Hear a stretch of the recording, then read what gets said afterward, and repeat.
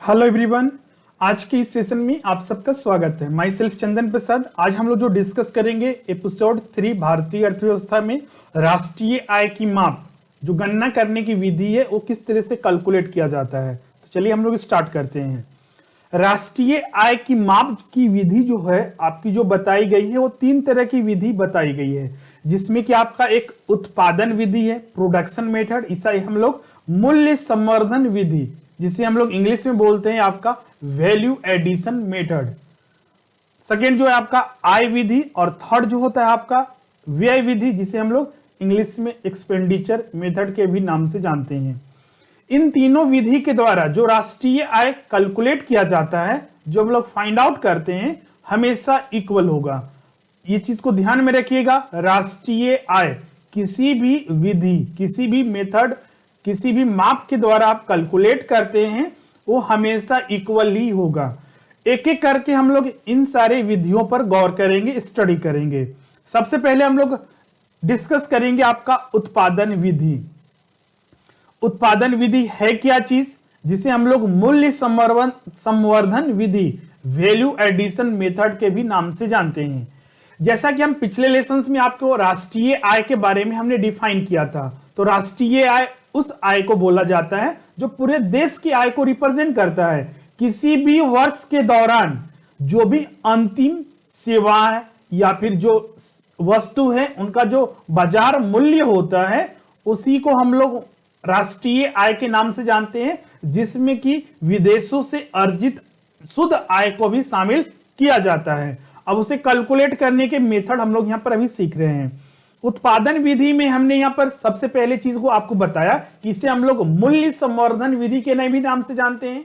अब ये इस नाम से क्यों जाना जाता है, एग्जाम्पल हमने पिछले सेशन में लिया था कि जो भी प्रोडक्शन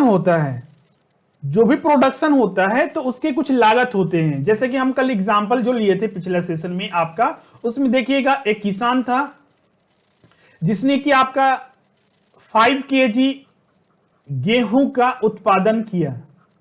अब उत्पादन करने में उसका श्रम लगा होगा, पूंजी लगा होगा, मतलब पैसे लगे होंगे, और भी अन्य को मिला के उसका कुछ लागत होगा, उसे कॉस्ट कुछ लगा होगा, जिसके आधार पर ये प्रोडक्शन हुआ है, उत्पादन हुआ है। अब इसे मार्केट में जाके सेल करेगा। मान लीजिए मार्केट में इसने 500 में मिस्टर बी को सेल किया। बी एक व्यक्ति है जिसे ये सेल किया गया। बी फिर इसे फर्दर यूज करता है, फिर इसे आटा बनाकर या फिर ब्रेड बनाकर मार्केट में इसे सेल करता है। मान लीजिए इसने मार्केट में एक्स को इसे 600 में सेल किया। तो ये प्रोडक्शन मेथड के थ्रू हम लोग यहां पर काउंट कर रहे हैं कि किस तरह से ये राष्ट्रीय आय में गणना किया जाएगा। तो सबसे पहले हम लोग यहां पर देखिए कुल राष्ट्रीय आय यहां पर कितना हुआ, नेशनल इनकम कितना हुआ, कैसे कैलकुलेट करेंगे। तो इस स्टेप को समझिएगा और इसी से आपको पता चलेगा कि इसे वैल्यू एडिशन मेथड क्यों बोलते हैं। जैसा कि हमने बोला, डिफिनीशन के अनुसार ही चलेंगे, हम नया चीज आपको यहां पर नहीं बताएंगे। किसी भी वर्ष में अंतिम जो मूल्य होता है, बाजार मूल्य के आधार पर जो भी सर्विसेज, जो भी सेवाएं या फिर जो आपका वस्तु होता है, उसका जो अंतिम मूल्य होता है, उसे हम लोग यहां पर कंसीडर करते हैं आपका राष्ट्रीय आय के तौर पर। अब यहां पर देखिएगा अंतिम जो मूल्य था, बाजार में बेचा गया कितने मूल्य पर, पहला आपका 500 में सेल किया गया। 500 में बी के पास वो गेहूं पहुंचा, उसने फिर फर्दर उसमें कुछ रिप्रोडक्शन किया, आटा बनाया, उसे ब्रेड के तौर पर तैयार किया, फिर मार्केट में सेल किया। तो मार्केट में उसे सेल करने में देखिएगा कितना वैल्यू ऐड हुआ है, इस गेहूं में क्या ऐड हुआ है, कितना वैल्यू, कितना उसका श्रम लगा, कितना उसने अपना एक पूंजी लाभ के तौर पर कमाना चाह रहा है, जिसमें कि ऐड हुआ है। तो आप यहां पर देखिएगा 100 रुपए का एडिशन हुआ है, क्योंकि कुल फाइनल प्राइस जितना बेचा गया है 600 में सेल किया गया। तो ऑब्वियसली है कि आपका 100 रुपीज का या फिर से एडिशन जोड़ा गया है। इसी को हम लोग बोलते हैं वैल्यू एडिशन करना। तो फर्दर प्रोडक्शन होने से, रिप्रोडक्शन होने से आपका यहां पर 100 रुपए का एडिशन हुआ है। तो 500 का काउंट होगा नेशनल इनकम में, 100 रुपए का यहां पर काउंट होगा। अब यहां पर बहुत सारे स्टूडेंट यहां पर कंफ्यूज करेंगे कि जो इसमें 600 काउंट होना चाहिए, तो आप इसमें 100 ही काउंट क्यों कर रहे हैं? क्योंकि अगर हम ऐसा करते हैं तो एक ही इनकम को, एक ही आपका प्रोडक्शन को दो बार काउंटिंग होगा, दोहरे गणना की जाएगी। 600 में 500 तो ऑलरेडी हमने राष्ट्रीय आय में शामिल कर दिया है, तो इसमें फर्दर जितना एडिशन हुआ है, जोड़ा गया है, उसी को हम लोग राष्ट्रीय आय में काउंट करेंगे, जो कि 100 रुपीज है। इस तरह से देखिए फाइनली आपका राष्ट्रीय आय में कितना काउंट होना चाहिए था? 600। यही अंतिम वैल्यू था जो मार्केट में फिर से फर्दर सेल हुआ है। इसीलिए यहां पर बोला जाता है कि जो भी इंटरमीडिएट प्रोडक्ट होते हैं, जिसमें हमें हिंदी में बोलते हैं अंतरिम या फिर मध्यवर्ती वस्तुएं एवं सेवाओं का राष्ट्रीय आय में गणना नहीं किया जाता है। अब जैसे कि किसान ने लिया था कुछ प्रोडक्ट वगैरह, बीज वगैरह लिया लेगा, तो उसे क्या राष्ट्रीय आय में काउंट करेंगे? बिल्कुल नहीं करेंगे। अब यहां पर देखिएगा, हम उसे जब मार्केट में जाके सेल किया जा रहा है, वहां पर आपको काउंट करेंगे 500।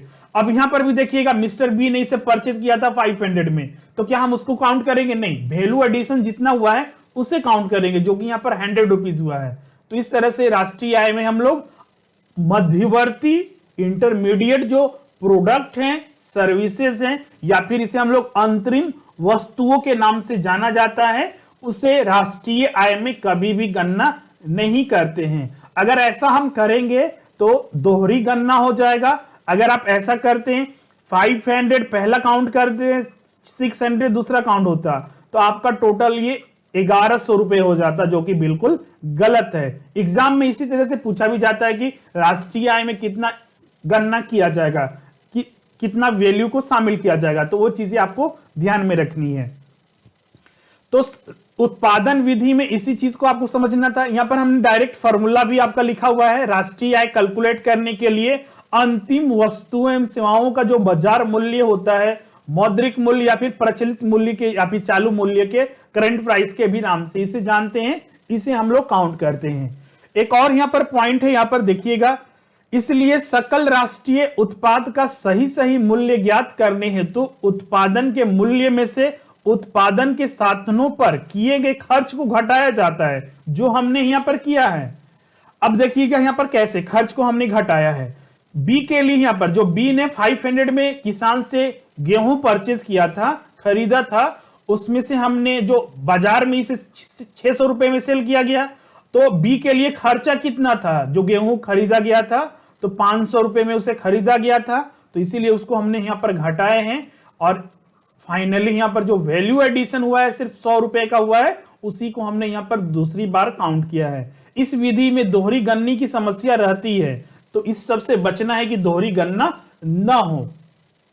एक और इसमें चीज बताना चाहेंगे, एक और एग्जांपल लें, तो जैसे कि अगर मान लीजिए कार था, कार को फर्स्ट टाइम परचेज किया गया शोरूम से, 10 लाख रुपीस का कार था, मिस्टर ए के द्वारा ये परचेज किया गया था, खरीदा गया था, तो इसे तो हम लोग पूरा का पूरा काउंट करेंगे। आपका पूरा का पूरा काउंट होगा आपका 10 लाख रुपया आपके नेशनल इनकम में। फिर मान लीजिए ये जो परचेज किया गया था 2010 में खरीदा गया था, 2019 में इसे बेच दिया गया, इस कार को बेच दिया गया बी के पास। ए ने इसे परचेज किया था, बी को 2019 में बेच दिया गया 2 लाख रुपए में। अब यहां पर हम लोग क्या करेंगे? बी को जो सेल किया गया था, एक चीज और यहां पर शामिल कर रहे हैं आपका केस, आप समझिएगा। एक कार था जिसे परचेज किया गया था, खरीदा गया था 2010 में ए के द्वारा 10 लाख रुपया में, और फिर उसे बी को सेल कर दिया गया 2019 में 2 लाख रुपया में। तो अब हमें बताना है कि टोटल नेशनल इनकम में यहां पर कितने काउंट किया जाएगा। तो टोटल यहां पर नेशनल इनकम में जो काउंट किया जाएगा सिर्फ 10 लाख रुपया ही काउंट किया जाएगा। क्लियर है? न कि 12 लाख रुपया, क्योंकि 12 लाख अगर काउंट करते हैं तो 2 बार काउंटिंग किया जा रहा है। एक ही प्रोडक्ट है, एक ही वस्तु है जो कि कार है, यहां पर उसका दोहरा यहां पर गणना किया जाएगा। इसीलिए हम लोग इस चीज को बचना है, और सिर्फ जो पहली बार में जो सेल हुआ है, अंतिम जो बाजार मूल्य था जो 10 लाख रुपया है, उसी को काउंट करेंगे। तो यहां पर भी तो सेल हुआ है, उसे भी बाजार पर बेचा गया है, लेकिन उसे क्यों काउंट नहीं कर रहे हैं? इसलिए नहीं काउंट कर रहे हैं क्योंकि वो उस वस्तु को ऑलरेडी हम पहले ही फाइनेंशियल ईयर, एक वर्ष में जो 2010 था, जिस ईयर में खरीदा गया था, हमने उसको शामिल कर लिया है। हाँ, इसमें अगर एक जैसे कि ये जो बेचा गया था किसी भी दलाल के माध्यम से बेचा गया, जो ब्रोकर होते हैं उनके माध्यम से, और ब्रोकर को 5,000 रुपया दिया गया, तब ये 5,000 रुपया का काउंटिंग किया जाएगा। जो फर्स्ट टाइम क्रिएशन होता है, हमेशा याद रखिएगा, पहली बार जो क्रिएट होता है, चाहे वो सेवा हो चाहे वो वस्तु है, उसे नेशनल इनकम में काउंट करना है।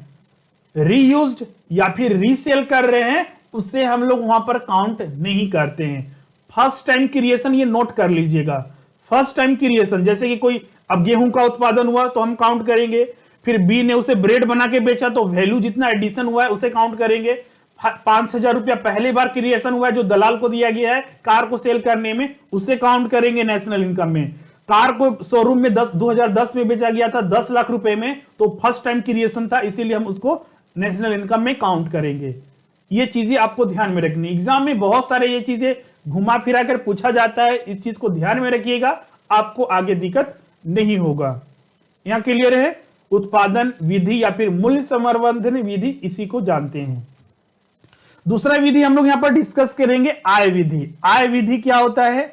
तो इसमें जितनी भी लोगों की आय होती है, जैसे कि एक मजदूर हो गए, चाहे आप ऑफिस में काम करते हैं किसी भी कंपनी में, तो वहां पर आपको कुछ सैलरी मिलती है, वेजेस मिलते हैं। कहीं पर आप लेबर के काम करते हैं तो वहां पर आपको दिया जाता है मजदूरी, उसे काउंट करेंगे। जो लगान दिया जाता है, मतलब कि जितनी भी लोगों को आय मिल रहे हैं, हमें, आपको, या फिर किसी तरह का ब्याज, या फिर कभी बिजनेस आप चला रहे हैं तो बिजनेस में लाभ हो सकता है, आपने डिपॉजिट किया हुआ है, इन्वेस्टमेंट करके रखा हुआ है, वहां से ब्याज मिल सकता है, लगान आपको मिल रहे हैं, मजदूरी मिल रहे हैं। उन सारे लोगों का, हमारे देश की जनसंख्या जितनी है, सारे लोगों के आय को ऐड करके उनका योग निकाल के हम लोग आय विधि के माध्यम से इनकम मेथड के माध्यम से हम लोग नेशनल इनकम, राष्ट्रीय आय को कैलकुलेट करते हैं। इसमें आप देख सकते हैं, जैसे कि वितरण भूमि के समय आपको कीमत, लागत, लगान, पूंजी के उपयोग के लिए कीमत पर आपका जो ब्याज, या फिर श्रम के उपयोग के लिए आपका कीमत और मजदूरी दिया जाता है, और आपका उद्यमी के लिए जो आपका लाभ वगैरह दिया जाता है, इसी के रूप में हम लोग यहां पर कैलकुलेट करते हैं। हमने यहां पर लिखा हुआ है आपका सकल राष्ट्रीय आय इज इक्वल टू मजदूरी, जो भी आय रिसीव हुआ है, लगान प्लस ब्याज प्लस लाभ, जितने भी आय, मतलब कि जितने भी लोगों का आय होगा पूरे देश में, उसे हम लोग यहां पर शामिल करेंगे। जैसे कि एक मजदूर को मिलता है 100 रुपया डेली बेसिस पर, तो उसे काउंट करेंगे। एक लाभ बिजनेस है, एक कोचिंग इंस्टीट्यूट है, कोई आपका प्लेटफॉर्म है, एक बिजनेस है, कपड़ा का दुकान है, उसे महीने में 10,000 का इनकम होता है, तो इसे ऐड करेंगे। इस तरह से सारे लोगों का ऐड करेंगे इनकम को, तो उससे हमको इनकम मेथड के थ्रू नेशनल इनकम प्राप्त होगा। नेक्स्ट आपका होता है थर्ड मेथड, जो आपका व्यय विधि, जिसे हम लोग एक्सपेंडिचर्स मेथड के भी नाम से जानते हैं। इसमें हम लोग जो कैलकुलेट करते हैं नेशनल इनकम, इसको नोट कर लीजिएगा, C plus I plus G। फिर इसमें से हम लोग माइनस कर देते हैं आपका जो आपका शुद्ध निर्यात है उसे, X माइनस शुद्ध निर्यात कैलकुलेट करने के लिए आप यहां पर देख सकते हैं, जितना भी आपका इंपोर्ट किया गया और साथ ही आपका जितना भी एक्सपोर्ट किया गया और जितना इंपोर्ट किया गया, उन दोनों को माइनस करके जो वैल्यू मिलता है उससे ही हम लोग शुद्ध निर्यात के नाम से जानते हैं। शुद्ध नेट निकालने के लिए आपको हमने पिछले बार भी बताया था कैसे कैलकुलेट करते हैं। क्लियर है आपका?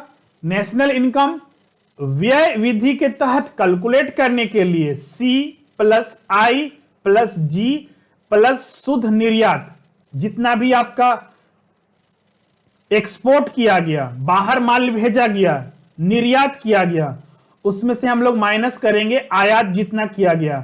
निर्यात माइनस आयात, जितना भी आपका एक्सपोर्ट किया गया उसमें से हम लोग माइनस कर देते हैं इंपोर्ट को, उसी से हम लोग को शुद्ध निर्यात मिलता है। ये तो क्लियर हो गया। अब इसमें जो C है वो क्या चीज को रिप्रेजेंट किया जा रहा है? तो जो भी उपभोग व्यय है, एक्सपेंडिचर्स मेथड, जितना भी लोगों के द्वारा खर्चा किया गया। आप उपभोक्ता हैं, हम उपभोक्ता हैं, किसी सर्विस के कंज्यूम करते हैं, किसी सर्विस को लेते हैं, किसी भी वस्तु को परचेस करते हैं, तो वो आपका उपभोग होता है। सी उसी को रिप्रेजेंट कर रहा है, उपभोग भी है। आई क्या चीज को, आई किसको रिप्रेजेंट कर रहा है? इन्वेस्टमेंट, निवेश को रिप्रेजेंट कर रहा है। आपने हो सकता है कि आपका इनकम 10,000 रुपया हुआ, 10,000 में आपने 5,000 सोचा कि हम इन्वेस्ट करेंगे अपने फ्यूचर प्लान के लिए, इंश्योरेंस में या फिर कहीं भी, तो आपका, या फिर आपने उसे कहीं पर डिपॉजिट किया, तो वो सारे आपका निवेश होता है, बचत होता है, जिसे आई के तौर पर रिप्रेजेंट किया जाता है। वो भी तो आपके लिए खर्चा ही है। जी होता है सरकारी खर्चा। सरकारी खर्च मतलब कि सरकार भी बहुत सारे लोगों पर या फिर वेलफेयर प्रोग्राम पर खर्चे करती हैं, तो उसे हम लोग यहाँ पर ऐड करते हैं। तो मतलब कि सारे खर्चे को शामिल करके यहाँ पर नेशनल इनकम कैलकुलेट किया जाता है, इसीलिए इसको व्यय विधि, एक्सपेंडिचर्स मेथड के नाम से जानते हैं, जो आप यहां पर देख सकते हैं। यहां पर भी लिखा हुआ है राष्ट्रीय आय इज इक्वल टू उपभोग व्यय, जिसे हम लोग सी यहां पर रिप्रेजेंट किए हैं, निवेश खर्च जिसे आई हम बता रहे हैं, प्लस सरकारी खर्च जिसे हम लोग जी बता रहे हैं, और प्लस शुद्ध निर्यात। शुद्ध निर्यात कैसे कैलकुलेट करेंगे?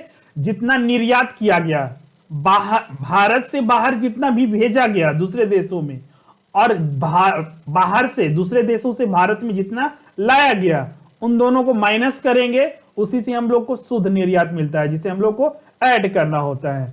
क्लियर है? इसी को यहाँ पर सी प्लस आई प्लस जी प्लस एक्स माइनस एम के तौर पर यहाँ पर रिप्रेजेंट कर रहे हैं। राष्ट्रीय आय देश के समस्त व्यय के योग के बराबर होती है, अर्थात एक देश में लोगों द्वारा अपनी आय, उपभोग वस्तुओं एवं सेवाओं पर जितना भी खर्च किया जाता है या फिर बचत कर लिया जाता है, उसी के थ्रू हम लोग राष्ट्रीय आय प्राप्त कर सकते हैं।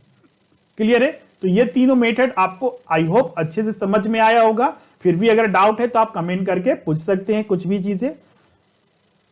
तो ये आपका राष्ट्रीय आय कैलकुलेट करने का मेथड था। अब हम लोग यहाँ पर राष्ट्रीय आय के बारे में अभी तक हमने पिछला सेशन में भी डिस्कस किया था। अब ये क्यों अध्ययन किया जाता है? बीच बीच में तो हमने बहुत सारे पॉइंट बताए थे, जैसे कि पर कैपिटल इनकम, तो आपको पता चल जाता है कि पर कैपिटल इनकम जो प्रति व्यक्ति आय है, जितना भी नेशनल इनकम होता है पूरे देश का, डिवाइड करते हैं टोटल पॉपुलेशन से, तो हमें उस देश के प्रति व्यक्ति आय के बारे में पता चलता है, लेकिन वो एवरेज होता है, क्योंकि आपको पता है कि डिस्ट्रीब्यूशन ऑफ इनकम है वो फेयर नहीं है। किसी के पास मंथली इनकम 10 करोड़ रुपया है तो किसी के पास 10 रुपया है, तो वैसे सिचुएशन में जो ये मान लीजिए बोलता है कि 1 लाख रुपीज हर व्यक्ति का इनकम है, तो क्या ये सही है? बिल्कुल गलत है, क्योंकि हर व्यक्ति का इनकम सही नहीं है, लेकिन ये एवरेज हमें बताता है। तो इसका क्यों हम उपयोग करते हैं, क्यों कैलकुलेट करते हैं? इसे इसलिए कैलकुलेट किया जाता है ताकि दूसरे देशों से हम कंपेयर कर सकें कि उस देश के प्रति व्यक्ति आय जो एवरेज के तौर पर निकाला जा रहा है और हमारा देश है जो भारत है, उस दोनों में कंपेयर करके पता चलेगा कि कौन सा देश ज्यादा विकसित है और कौन ज्यादा प्रगति में है। ये पहला पॉइंट हुआ। दूसरा पॉइंट ये भी होता है, अब हम लोग ये देख रहे हैं कि हमारे देश जो गरीब देश और विकासशील देशों में इसे शामिल किया जाता है, तो क्या आने वाले दिनों में उम्मीद की जा सकती है कि लोगों का इनकम इंक्रीज कर रहा है या फिर डिक्रीज कर रहा है? तो वो कैसे पता चलेगा? हर व्यक्ति का कुछ ना कुछ इनकम आने वाले दिनों तक इंक्रीज करता है।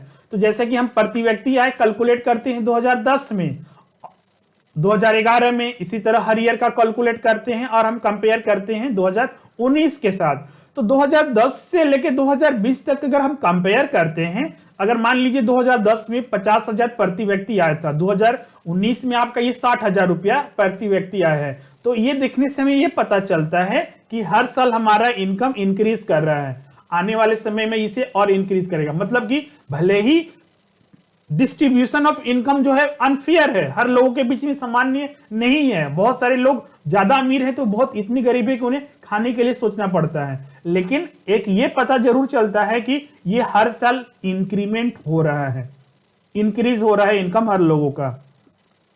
और भी चीजों के लिए, जैसे कि आपका प्राथमिक क्षेत्र में राष्ट्रीय आय का जो हम लोग उपयोग करते हैं, प्राथमिक क्षेत्र जो है हमारा, जो कृषि एवं कृषि संबंधित क्षेत्र होता है, औद्योगिक क्षेत्र है जो आपका सेकेंडरी सेक्टर जो होता है, और सेवा क्षेत्र, उनमें राष्ट्रीय आय का किस तरह से कंट्रीब्यूशन है, योगदान किसमें ज्यादा है। जैसे कि अगर बात ये चलता है पता कि प्राइमरी सेक्टर का कंट्रीब्यूशन हमारे जीडीपी में बहुत कम है, तो बहुत कम है, 1 से 2% या फिर 1 से 5% है, तो इससे ये पता चलेगा कि हमारा देश जो है विकसित डेवलपमेंट कंट्री के अंतर्गत उसे शामिल किया जाएगा। जैसे कि अगर हम बात करें चाइना का, यूएसए का, तो जीडीपी में प्राइमरी सेक्टर जो एग्रीकल्चर सेक्टर का कंट्रीब्यूशन है 1 से 2%, 1 से 5% के बीच में है, जबकि इंडिया में अगर हम बात करते हैं 17 से 19% के बीच में है, जो कि आपका जीडीपी में कंट्रीब्यूशन है। अगर जीडीपी में प्राइमरी सेक्टर का कम कंट्रीब्यूशन रहेगा तो आने वाले दिनों में ये आपका, और भारत में ये चीज देखने को मिल रहा है कि आने वाले दिनों में चूंकि जीडीपी में प्राइमरी सेक्टर का कंट्रीब्यूशन कम धीरे धीरे होती जा रहा है।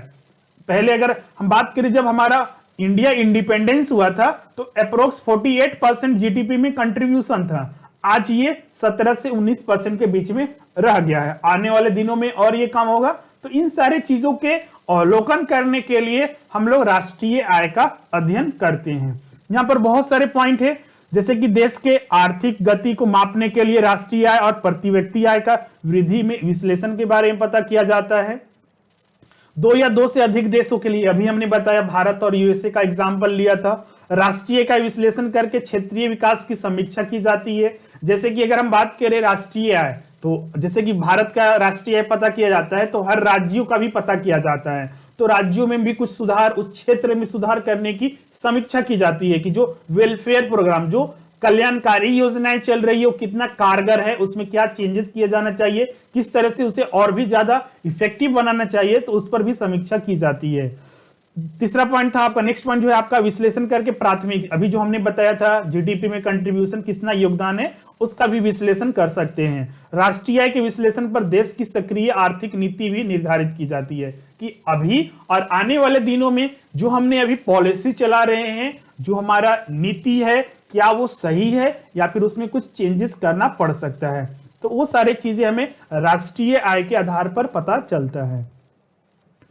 अब हम लोग कुछ भारत में जो राष्ट्रीय आय का आकलन किया जा रहा था किस आधार पर और कब से प्रारंभ किया गया था। अगर हम बात करें भारत में वैज्ञानिक आधार पर, साइंटिफिक वे के मेथड को यूज करते हुए भारत में पहली बार 1925 में प्रोफेसर BKRV राव के द्वारा सर्वप्रथम राष्ट्रीय आय का आकलन किया गया था। क्या इससे पहले राष्ट्रीय आय का आकलन नहीं किया गया था? बिल्कुल किया गया था। जब ब्रिटिश गवर्नमेंट थी आपका, उसी समय 1899 में विलियम डिगबोई के द्वारा पहली बार राष्ट्रीय आय का आकलन भारत में किया गया था, जो साइंटिफिक वे पे आधार पर नहीं था। फिर आपका 1911 में और 1922 में भी फिंडले सिराज ने और 1921 में शाह एवं खम्बटा ने भारत में राष्ट्रीय आय का अनुमान लगाया था। सर्वप्रथम वैज्ञानिक अनुमान साइंटिफिक मेथड के थ्रू प्रोफेसर BKRV राव के द्वारा 1925 में और 1931 में अनुमान लगाया गया था। उस समय भी ब्रिटिश शासन था भारत में।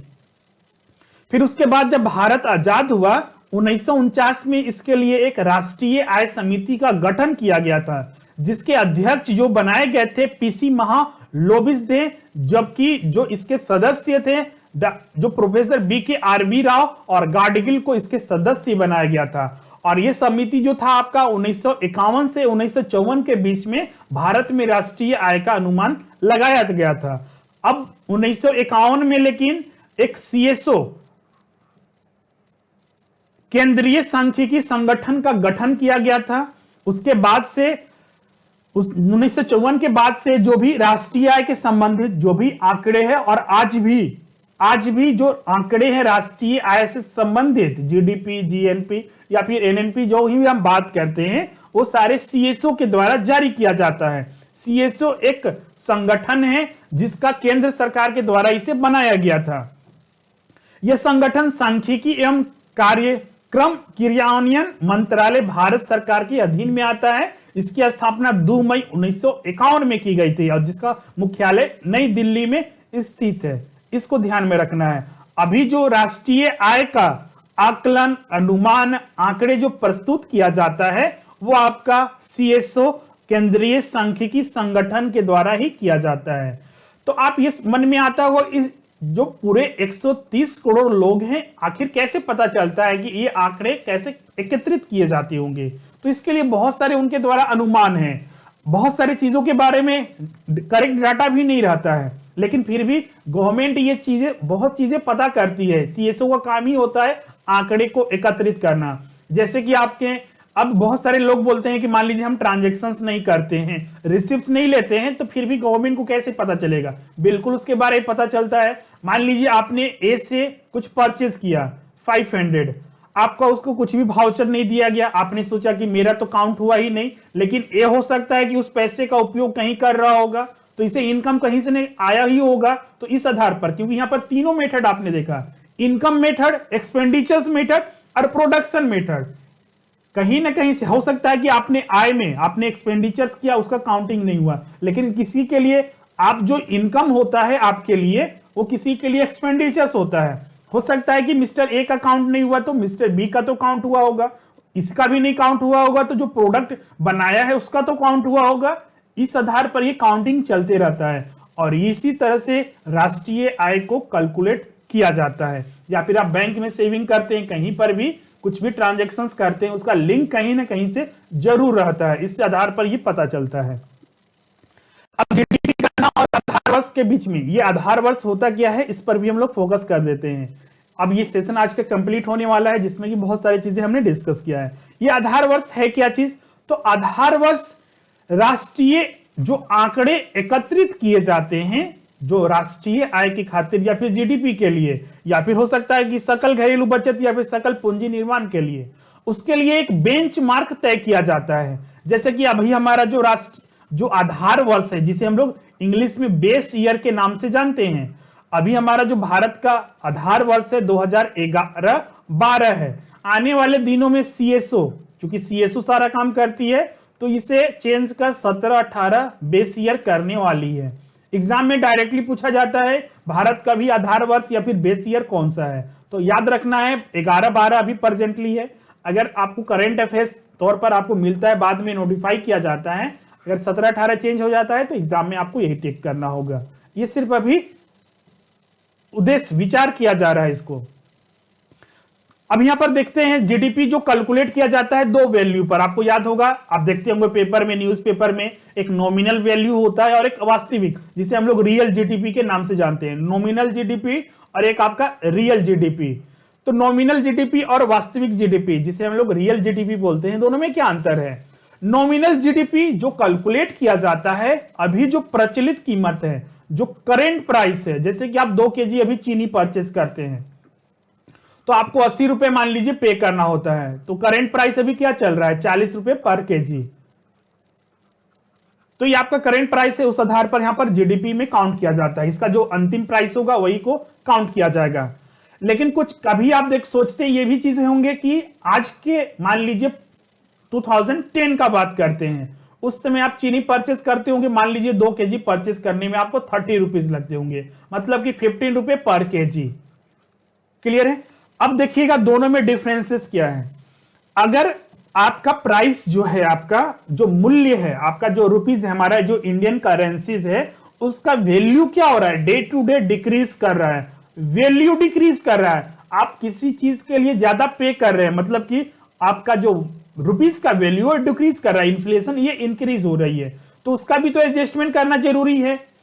तो जो नॉमिनल जीडीपी होता है आपका करेंट प्राइस पर, जो अभी चल रहा है उसी पर प्राइस पर हम लोग कैलकुलेट करते हैं, जबकि वास्तविक जो जीडीपी होता है इसी इन्फ्लेशन को, जो आपका यहां पर हमने 2010 और आपका 2020 के बीच में ये कंपेयर किया, उस आधार पर आधार वर्ष के बेस मानकर इसे कैलकुलेट किया जाता है। जबकि अभी जो बेस ईयर है आपका 2011-12 है, जिसे हमने आपको बताया था। नॉमिनल जीडीपी के विपरीत यह आधार वर्ष की कीमतों पर व्यक्त की गई है सभी वस्तुओं और सेवाओं को मूल्य को बताता है, वास्तविक जीडीपी। क्लियर है? तो इस तरह से आज का आपका कंप्लीट होता है सेशन, जिसमें कि हमने यहां पर सारे चीज डिस्कस किए हैं। अगर फिर भी अगर आपको किसी तरह का डाउट है, आई होप आपको यहां पर कोई दिक्कत नहीं होगी। इस पर हम लोग एमसीक्यू सेशन भी करेंगे, क्योंकि अभी तक जो आपने स्टडी किया है उस पर हम लोग ये चीज समझना है कि वो मेरे लिए कितना उपयोगी है और उस तरह से क्वेश्चन सॉल्व हो पाते हैं या फिर नहीं। अगर नहीं हो पाते हैं तो उस चीज को और भी ज्यादा आपको रिवाइज करने की जरूरत है। इसे फिर से रिवाइंड करके वीडियो देखिएगा और वो चीजें आपको ज्यादा क्लियर होगी। और डाउट अगर कुछ भी हो जाता है तो आप कमेंट करके वो पूछ सकते हैं, आपके साथ वो डिस्कस किया जाएगा। तो आज की वीडियो में बस इतना ही। अगर वीडियो आपको अच्छा लगता है तो उसे जरूर लाइक कीजिएगा, अपना वैल्यूएबल कमेंट जरूर कीजिएगा और साथ ही इसे शेयर जरूर करिएगा। और अभी तक आपने चैनल को सब्सक्राइब नहीं किया है तो जरूर सब्सक्राइब करें और हमारे व्हाट्सएप ग्रुप से ऐड होने के लिए हाईएस्ट पॉइंट लिखकर आप इस नंबर पर मैसेज करें। तो आज की वीडियो में बस इतना ही। Thank you everyone.